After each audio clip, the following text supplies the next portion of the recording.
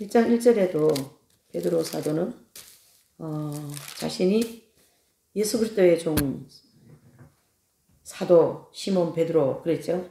시작. 예수 그리스도의 종과 사도 시몬 베드로는 우리 하나님과 구주 예수 그리스도의 의를 힘입어 동일하게 보배로운 믿음을 우리와 같이 받을 자들에게 편지하노니. 아멘. 그랬어요. 거기 이제 보시면 구주 예수 그리스도의 의를 힘입어 동일하게 보배로운 믿음을 가진 우리와 같이, 참 겸손한 지금 단어를 쓰고 있어요. 그러니까 지금 이 수신자들과 베드로 사도와 함께 가는 모든 신앙인들을 자신과 똑같이 생각을 하면서 우리와 같이 그랬어요. 우리가 누굽니까? 제자들이 예수님과 같이 이렇게 이제 훈련받고 믿음을 지킨 것처럼 여러분들도 그렇게 하십시오. 이제 그런 뉘앙스가 이 속에 1절에 들어 있습니다. 그래서 그리스도 이 변화 사건, 베드로, 시몬 베드로는 그 변화산에서 예수님이 변화되는 모습을 목격한 목격자죠. 그래서 그리스도의 변화 사건의 목격자이며 자신의 죽음에 대한 주님에 대한 예언을 받은 자라고 전하고 있어요. 그래서 요한복음 21장 18절에 그런 이제 주님께서 베드로에게 그런 예언을 하시죠. 너는 젊어서 스스로 띠를 띠고 원하는 곳으로 다녔거니와 늙어서는 팔을 벌려서 어떻게 해요? 순교할 것이다. 그런 어떤 이제 예언의 말씀을 요한복음 21장 18절에 말씀하고 있습니다. 이제 그러한 분이 지금 이제 여러분들한테 편지 보낸다 이런 뜻이죠. 또 두 번째 보면 이 저자 자신을 바울과 관련하고 있는 사람이고 본서가 베드로전서에 이어 둘째 편지라고 3장 1절에 말씀하고 있어요. 3장 1절 한번 읽어보실까요? 시작.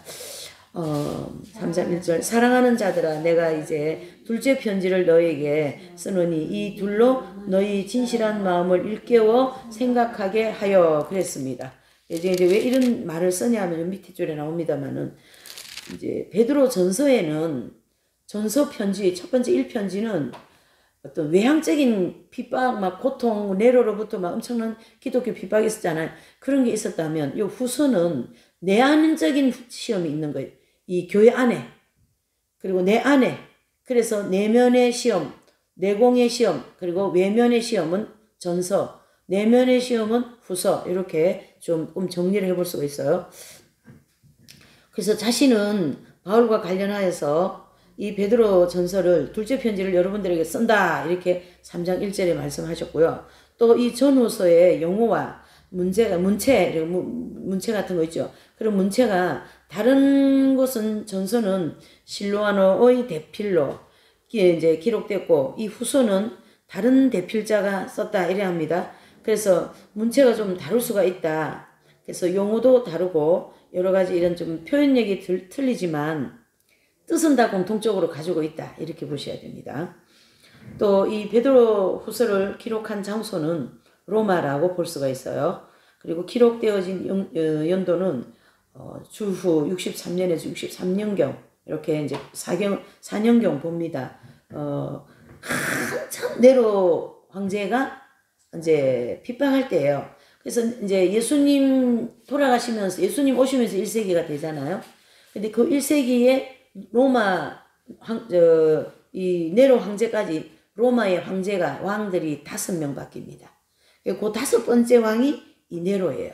그러니까 굉장히 핍박을 아주 잔인하게 아주 약간 정신병자 그렇게 하잖아요. 불질러 놓고 사이코패스까지 뭐 그렇게 이제 그렇게 지금 북한도 그런 사람 하나 있고 우리나라도 지금 지난번은 그런 사람이지. 사이코패스지 그거 사람이. 쉽게 보면 그렇다는 얘기죠. 시대마다 히틀러가 좀 약간 사이코패스잖아요. 그러니까 그렇게 그렇게 해가지고 전쟁을 그래 일으키고 그런데요. 지금 저렇게 하나님이요. 저 북한을 저렇게 딱 묶어 놓는 거는 하나님이 막고 있는 거예요. 저 사람도 약간 사이코패스라지. 이거 단추 하나 눌려버리면 너 죽고 나 죽자 하면 끝나는 거 아니겠어요? 폭탄 하나 여기 또 떨어뜨려 놓으면 골치 아파요. 서울 지역에 지금 너무너무 다 무너져가지고 어떡하겠어요. 네. 그게 지리나겠죠. 예, 그러니까 복구하고 하려면 시간 없어요. 지금 내일 모레 지금 북한 통일되면은 복음 들고 나가야 될 상판이에요. 상황이에요. 지금 굉장히 그렇습니다. 예. 우리만 이런 사실을 알 게 아니라 주변에 그런 사람들에 대해서 자꾸 알려줘야 되는데 이게 지금 참 안타깝죠. 어쨌든 63년에서 64년경 기록되었고 이제 거기 밑에 또 나와 있죠. 예. AD 64년경에 사도 베드로는 네로 황제 때 순교합니다. 수신자는요 3장 1절에 보면 그 1절을 밀어볼 때 전서와 동일한 수신자에게 쓴 것이라고 볼 수가 있다. 이 당시에 이방인 기독교인들이나 유대인 기독교인들을 종합해서 기독교인들에게 이제 편지를 썼고 또 그 이 편지를 쓰게 되어진 동기와 목적이 있어요. 그것은 베드로 전후서는 위기에 처한 성도들을 위로하고 또 격려하기 위하여 기록한 책입니다. 그래서 후서는 베드로 전서와 후서가 있다면 이제 이 위기가 후서는 공동체 어떤 그런 이제 내부 있잖아요. 그런 데에 대한 이제 시험이 많이 일어났어요. 그것을 어떻게 대처해 나가나 하면서 이 편지를 쓰게 되고 위로하고 격려하고 그런 책이고 이제 또 전서는 외향적인 그래서 내부와 외부의 어떤 그런 큰 시험을 통해서 이런 이제 편지를 쓰게 되어진 동기 또 목적 그렇게 돼 있어요. 그래서 고통받는 모든 하나님의 백성들을 향하여 위로하고 새 힘을 얻으라. 걱정하지 마세요. 하나님이 다 지키고 계십니다. 이런 입장이죠. 지금 당장 뭐 원형 경기장에서 사자를 막 배를 며칠 골려가지고 막 그냥 거기다가 기독교인들을 넣어가지고 거기서 막 물을 뜯어가지고 먹이가 되게 하고 막 그러잖아요. 지금. 그러니 이거 그 과정에서 주님이 도와주시니까 그거 쉽지는 않아요. 예, 막 쉽지는 않아요. 그러나 하나님이 강하게 성령의 역사가 일어나니까 찬양하면서 그 이제 어떤 영화 보면 그런 쿠바디스인가 그런 영화 보면 나오잖아요. 찬양하면서 이제 막 가죠. 그 이제 그 원형 경기장 안에. 그래서 이제 막 물을 뜯기고 그렇게 해가지고. 근데 그 영화상으로 보면 네로가 밤에 나와서 보니까 다 이렇게 웃는 모습을 하고 물을 뜯겨가 있어도 죽어 있거든요. 그러니까 이건 뭐냐 이거 하면서 이게 약간 자기가 정신병자이면서 이 사람들 보고 정신병자라고 하고 그렇게 참 말이 안 되는 상황이 많이 벌어지죠. 네, 쿠바디스에 이제 그런 내용이 나오죠. 네, 참 좋습니다.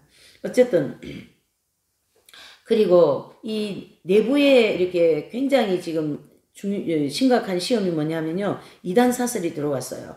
그리고 굉장히 향락주의적인 그런 삶을 추구하는 거예요. 기독교인들이라고 하면서.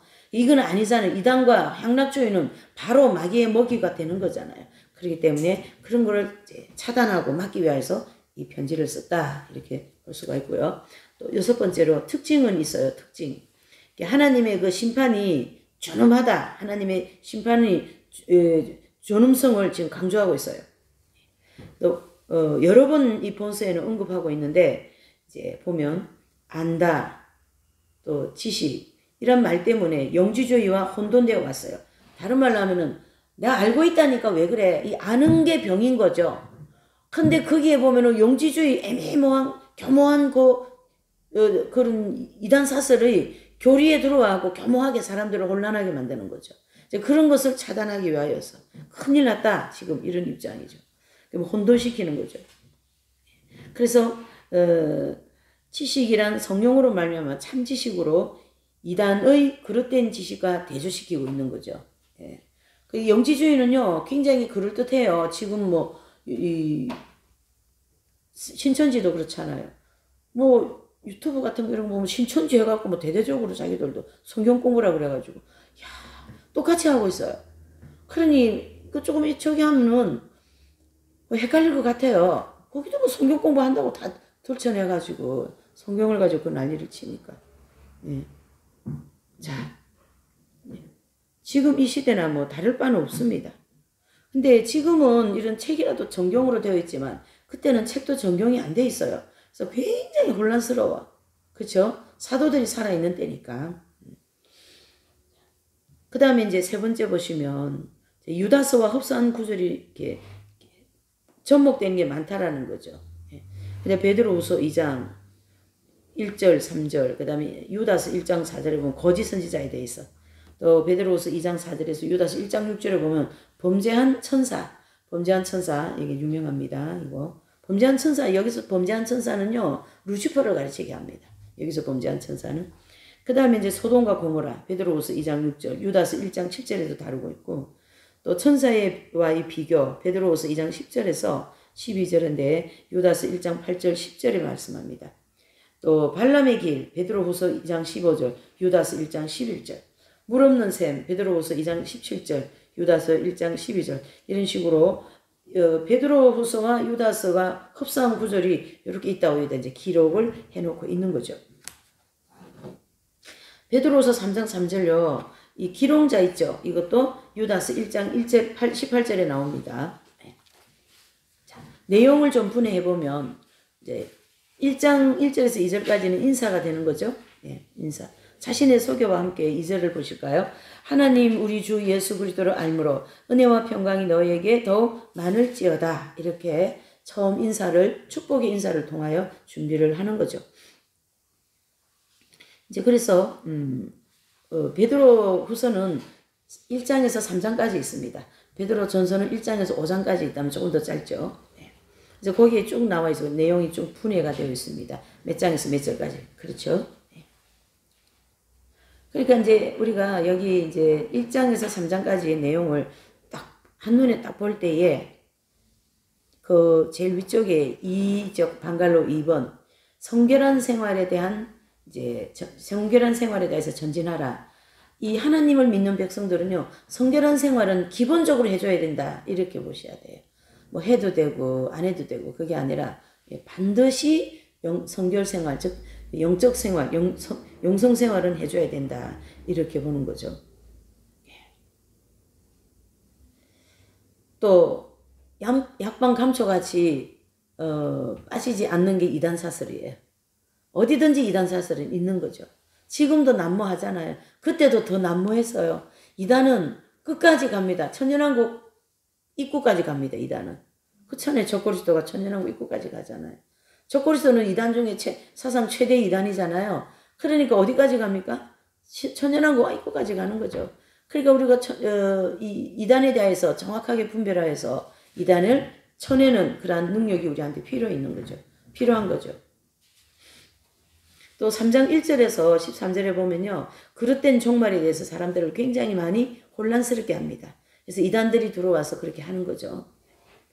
자, 이렇게 해서 우리가 이제 베드로 후서 조금 이제 서론적인 거를 조금 살펴봤습니다. 자, 이제 1장을 한번 볼게요. 1장 1절에서 2절 아까 얘기한 것처럼 이제 인사. 여기서 1절에서 얘기하는 이 종은요. 노예 제도가 성행했던 당시 사회적 배경으로 보아 극한 자가 비하하는 태도입니다. 그러니까 종이라 그러면은 그 당시에 종은요. 지금은 만약에 나무 집에 고용생활하면 시간이 딱 정해져 있고 그 시간이면은 다 우리가 자유롭잖아요. 근데 이 시대의 이 종은 자기 인생은 없어요. 모든 걸 주인한테 다 맞춰줘야 돼. 그렇기 때문에 이 지금 이제 본문에서 종이라는 단어는 베드로가 종이잖아요. 그러면은 그 주인의 내 인생은 없고 모든 것이 다 예수님에게 맞춰서 살아야 된다 이런 뜻입니다. 여기에 비유한 종은 그런 개념을 가지고 있어야 돼요. 지금의 종하고는 좀 틀립니다. 네. 또 3장 11절과 3장 4절 이렇게 쭉 이제 나와 있는데 이제 쭉 내려오시고 이제 3절 4절을 보실까요? 3절 4절 시작. 하나님 이제 그의 신기한 능력으로 생명과 경건에 속한 모든 것을 우리에게 주셨으니 이는 자기의 영광과 덕으로서 우리를 부르신 자를 알므로 말미암음이라. 이로써 그 보배롭고 지극히 큰 약속을 우리에게 주사 이 약속으로 말미암아 너희로 정욕을 인하여 세상에서 썩어질 것을 피하여 신의 성품에 참여하는 자가 되게 하려 하셨으니 아멘. 그랬습니다. 그래서 3절 11절에는 경건 생활에 대해서 계속 이제 말씀하고 있는 거죠. 그래서 이단자들 조심하고 영적 생활 잘하고 하나님의 약속을 절대적으로 믿고 여러분 오세요. 지금 그걸 얘기하고 있는 거예요. 5절에서 11절까지는요. 성결의 전진, 그러니까 정결한 삶을 전진하라. 5절 7절 보시죠. 시작. 이러므로 너희가 더욱 힘써 너희 믿음의 덕을 덕의 지식을 지식의 절제를 절제의 인내를 인내의 경건을 경건의 우애를 형제 우애를 형제 우애의 사랑을 공급하라. 그렇게 말씀합니다. 그래서 이 성결의 근거와 목표를 서술하면서 성결의 구체적인 단계를 보여주면서요. 계속 어떻게 해요? 정체하지 말고 전진하세요. 앞으로 가세요. 우리 기독교 신앙은 동사예요. 동사. 움직이는 거라는 거지. 그러니까 서 있는 정체는 안 되는 거죠. 그러니까 어떻게 해야 돼요? 계속 앞으로 전진하는 거예요. 예. 그래서 진리의 용사들을 전진하라고 막 찬양도 하고 그렇잖아요. 또 신의 성품에 참여하는 것은 바로 성결의 목표가 있는 거죠. 그 목표를 향하여 이제 8단계로 말씀을 해주고 있어요. 네. 네. 이제 덕의 지식은 경험적인 지식으로 그리스도를 닮아가는데 가득 채워져야 됩니다. 히브리서 5장 13절 14절 한번 찾아볼게요. 앞에 있어요. 히브리서 5장 13, 14절에 히브리서 5장 13, 14절 시작. 대저 젖을 먹는 자마다 어린아이니 의의 말씀을 경험하지 못한 자여 단단한 식물은 장성한 자의 것이니 저희는 지각을 사용함으로 연단을 받아 선악을 분별하는 자들이니라. 아멘. 그랬습니다. 그래서 이제 여기 보시면 단단한 식물이라는 말씀이 나오죠. 이게 바로 밝은 빛된 산상수훈의 그런 말씀. 고린도전서 12장, 13장 사랑장이라든가 로마서 12장 그런 지키기가 아주 어려운 말씀을 단단한 식물이다 이래 히브리서 기자는 표현을 했고 또 이 베드로 사도는 덕의 지식을 이 지식은 바로 히브리서 5장 13, 14절 말씀과 같이 지키기가 아주 어렵지만 이 말씀을 지키는 지식을 필요한 거죠. 지식을 말하는 거죠. 그래서 이 지식은 경험적인 지식으로 그리스도를 닮아가는 삶을 체득되는 것이다. 그래서 단단한 식물은 연단을 받아가면서 어떻게 해요? 지각을 사용한다 그랬잖아요. 그러니까 산상수훈의 말씀을 딱 읽고 지성이 돌았죠? 그럼 연단을 받는 거죠. 원수 사랑하기 위해서 열심히 기도하고 또 이 죄악성의 속에서 올라오지 않도록 열심히 연단받으면서 막 회개하고 그렇게 가다가 보면 그 단단한 식물이 지각을 사용하여 연단을 받으면서 지켜진다. 이런 뜻이 되는 거죠. 또 거기 보시면 절제의 인내를 그랬어요. 절제. 이 앵크라테이아라는 단어를 쓰고 있어요. 헬라어로. 앵크라테이아. 이것은 자기를 통제하는 능력이다. 이런 단어의 뜻을 가지고 있어요. 그래서 인내는요. 히포모네라는 단어를 쓰고 있어요. 추석에 보면 히포모네. 이 히포모네라는 단어는 이제 그 굳게 버티는 지구력을 가르치게 합니다. 굳게 버티는 지구력. 그래서 그리스도인들의 이 박해 가운데 하나님 말씀을 지키면서 지구력 있게 하나님 말씀을 성취해 나가세요. 그렇게 얘기하고 있어요. 그래서 베드로 사도가 지금 이렇게 성결의 삶을 영성 생활을 열심히 하는 기준이 어디입니까? 이긴 자의 기준을 놓고 얘기하고 있어요. 이긴 자의 기준.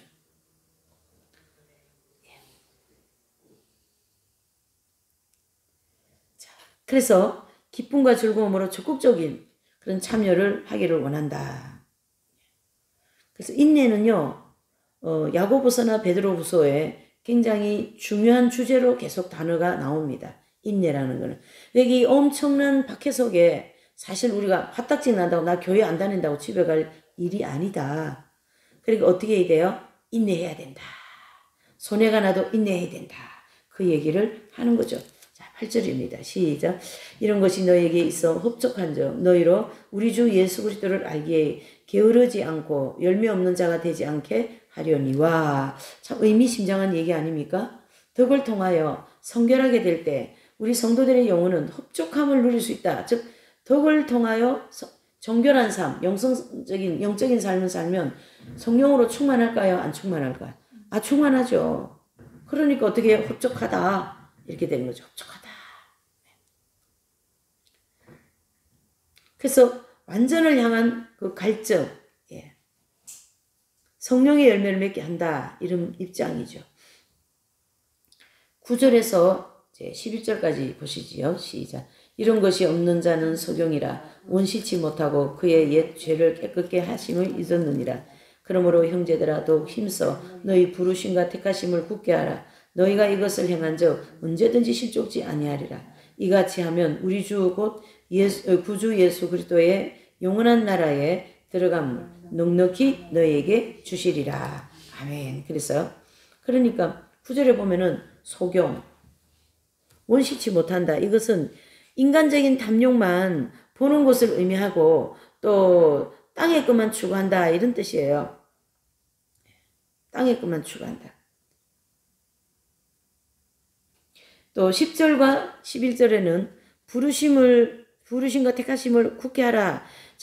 여러분들을 하나님이 우리를 부르셨잖아요. 그 부르심에 내가 신앙생활 열심히 해가 내 자리를 굳게 하라 이런 뜻이죠. 내 자리, 내 신앙의 이 마음에 이단이 들어오지 못하도록 굳게 하고 또 성령의 열매를 맺으려고 굳게 하고 이 안음파고로 오는 이 환난과 시험 있잖아요. 이걸 잘 이겨나가는 그런 굳센 심지가 견고한 사람이 되어라 이런 뜻이 되는 거죠.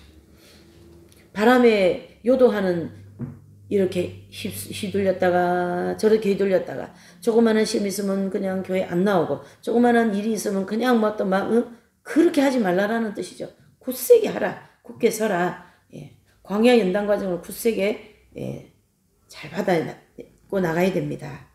또 11절 이같이 하면 이와 같이 굳세게 하면 영원한 나라에 들어감을 넉넉하게 너희에게 주시리라. 그런 환란을 잘 지금 그 터키같이 저런 엄청난 환란이 왔잖아요. 저 가운데서 사실 거기가 7교회가 나온 데거든요. 터키가 7교회. 예. 그 지역이 7개, 특히 7개 나왔어요. 그래서 아니 교회 7개 나왔는데 저 사람들 저기 예수님 믿겠지 다. 네, 가톨릭이나 되겠지. 예. 그렇죠. 예. 맞아요. 그 기독교 나라 맞아요. 그렇게 해가지고 이제 이 광야 연단 과정을 통해서 영원한 생명에 들어가게 될 것이기 때문에 그거 너무 힘들고 막 억울해 하지 말라. 연단 받는데 너무 억울해 하지 말라. 영원한 생명을 얻는 것이니 어디에 비교할 수 있겠냐 이런 뜻이고요. 또 여기 보시면 부르심과 택하심이 곧 굳게 되는 완전 추구, 즉 완전함을 추구한다. 즉 신인 합의 경지를 말씀하고 있습니다. 그러니까 지금 이제 베드로도 자신이 그런 경지에 들어가셨기 때문에 편지가 거기에 엄청 많이 묻어 있어요. 그렇게 살으라는 그 이긴 자 경지에 들어가야 된다라는 그러한 뉘앙스가 많이 묻어 있다. 이래 볼 수가 있습니다. 자, 12절에서 21절은요. 사도들의 교훈을 기억하라 이런 뜻입니다. 12절 보시죠. 시작. 이러므로 너희가 이것을 알고 이미 있는 진리에 서서나 내가 항상 너희로 생각하게 하려 하노라. 아멘. 그래서 이 장막에 있는 동안에 12절이죠. 예. 이미 있는 진리에 섰다. 다른 말로 하면은 새로운 것에 진리가 나오는 것이 아니라 지금까지 우리가 가르침을 받아온 모든 말씀 있잖아요. 그 위에 내가 서 있는 거예요. 어디 다른 데서 뭐 들고 온 거 아니고요. 성경의 심진리체는 그걸 정리한 책이라고요. 그 잘 모르는 분들은 또 그럽니다. 아니 왜 성경을 놓고 이걸 가지고 공부하냐고 또 이런 목장 터지는 소리를 하고 있습니다. 우리가 학교 가면 교과서 공부하는데 뭐가 필요해요? 참고서, 문법서 필요하잖아요. 분명히 주님이 그러셨어요. 성경은 교과서이고 핵심 진리는 문법서이다. 그러니까 문법의 뜻을 알라 그러면은 본 교과서의 뜻을 알려 단어의 뜻을 알려면 문법책에 들어가야 되잖아요. 우리가. 그러는데 왜 성경을 두고 핵심 진리 가지고 교재를 하냐고 교재로 사용하면서 공부하냐고 그것 따서 시비를 또 하는 거죠. 좀 어거지죠. 억지로. 네.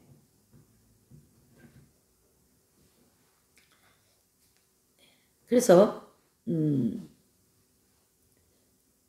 지금까지 있었던 진리, 여러분들이 지금까지 가르침을 받은 그 말씀대로 가면 됩니다. 그런 뜻이죠. 13절과 14절을요. 시작.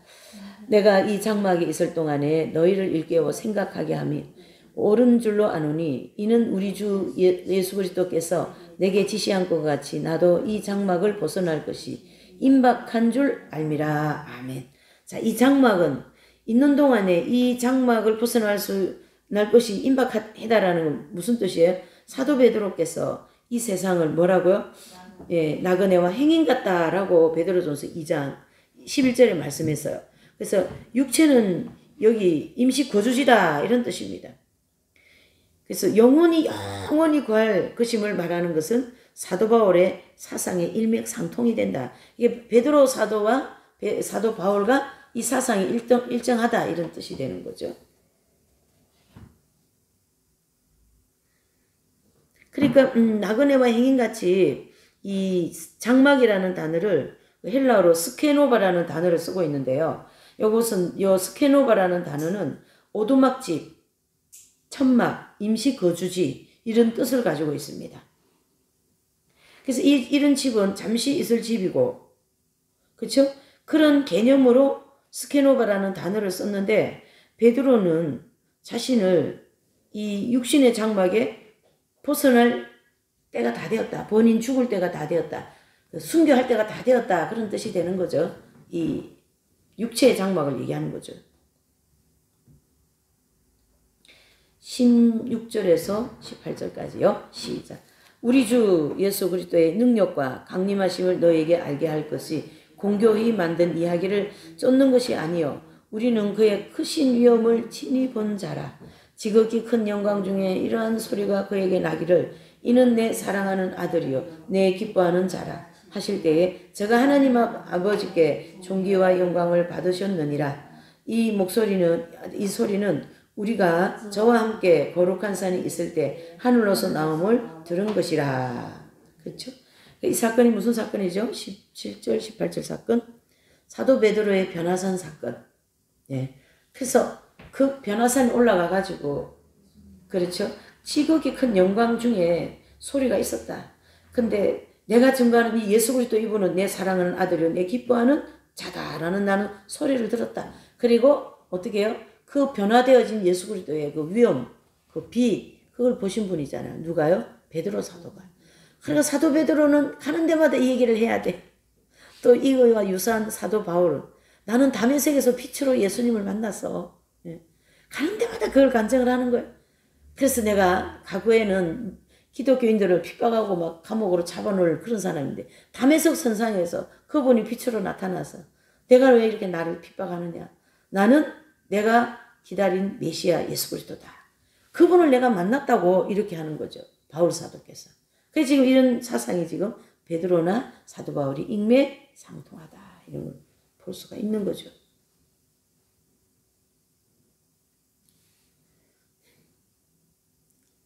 그러니까 누가복음 9장 43절, 사도행전 19장 27절에 보면 이 베드로는 이제 이 변화산 목격 사건을 변화산에서 어떤 그런 예수 그리스도를 보시면서 변화되어진 예수님을 보면서 신적인 위엄을 느낀 거예요.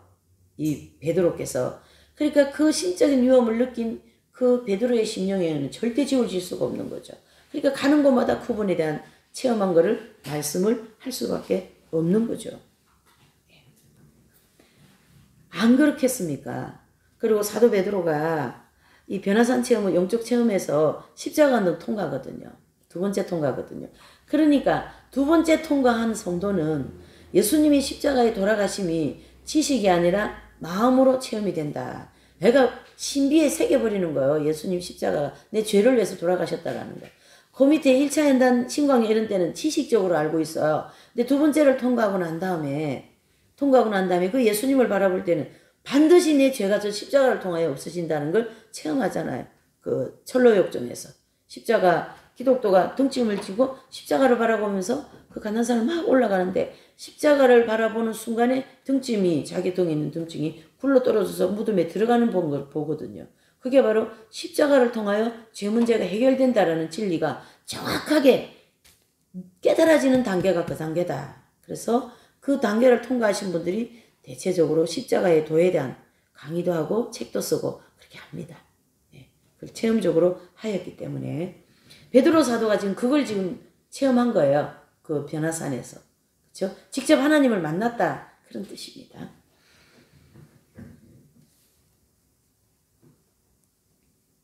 (18절에서) 이제 (19절까지) 보실게요. 이 소리는 우리가 저와 함께 거룩한 산에 있을 때 하늘로서 나옴을 들은 것이다. 또 우리에게 더 확실한 예언이 있어 어두운 데 비추는 등불과 같으니 날이 새어 샛불이 너희 마음에 떠오르기까지 너희가 이것을 주의하는 것이 가하니라.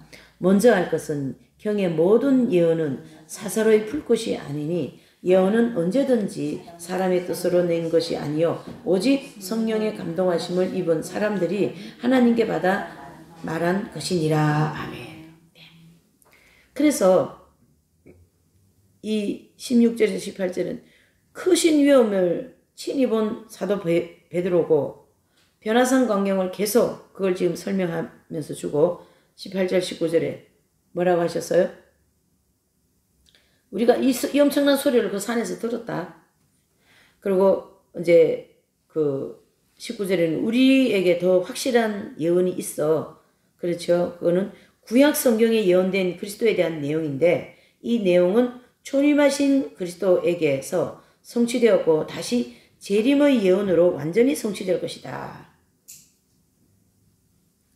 그게 마태복음 17장 12절에서 16절인가 1절에서 16절까지 보면 변화산 사도 바울의 그 이제 베드로의 그 이제 사건이 나오는 거거든요. 거기에 베드로, 야고보, 요한. 그래서 하나님의 큰 위험을 친히 본 사람들입니다. 이 세 사람. 보통 사람들이 아닙니다. 지금. 그러니까 세상에 태어나가 가장 복된 분들이 이분들이요. 제자들에게도 그 중에서 또 제일 복된 사람들인 거라. 그렇죠. 다른 제자들은 그걸 못 보시잖아요. 그리고 예수님은 구약에 예언된 대로 오셨습니다. 근데 구약에 예언된 대로 다시 재림하신다. 그래서 초림과 재림을 같이 얘기를 하는 거죠. 그것을 또 유다도 그렇게 얘기하고 있어요. 유다서 가서 보면 되게 재밌어요. 네. 제가 유다서 보고 진짜 유다 이분도 그러니까 성령이 감동해서 이 성경을 다 쓴 거예요. 네. 그냥 사람의 힘으로 쓴 것이 아니에요. 네. 요거 이제 유다서 가서 공부하긴 하는데 유다서 한번 펴보세요. 한 게 재밌어가지고 한번 찾아보고 있어요. 유다서.